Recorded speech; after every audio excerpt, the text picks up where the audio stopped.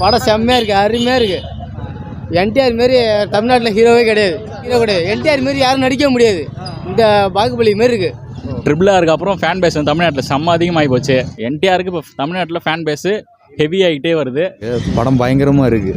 மியூசிக்லாம் அனிருத்து வச்சு செஞ்சுருக்காரு. RRRோட எனக்கு தெரிஞ்சு ஒரு லெவல் மேலே தான் இருக்குது.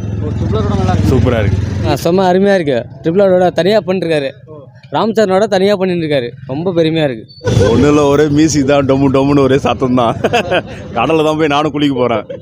2 தடவை பார்க்கலாம் ப்ரோ, படத்தை 2 தடவை பார்க்கலாம் ப்ரோ. ஃபேமிலியாக தான் பார்க்கலாம் ப்ரோ.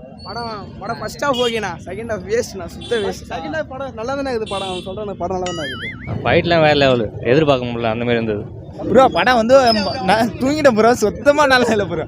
இவனுக்காக தான் வந்தேனே, முக்காசி இவனுக்காக தான். ஆனால் படம் சுத்தமாக நல்லா இல்லை ப்ரோ. இதுக்கு வர எதுக்கெடுத்தாலும் சாப்டர் 2 எடுத்துக்கிறானுங்க, எதுக்கெடுத்தாலும் தெலுங்கு படம் சொல்லிட்டு.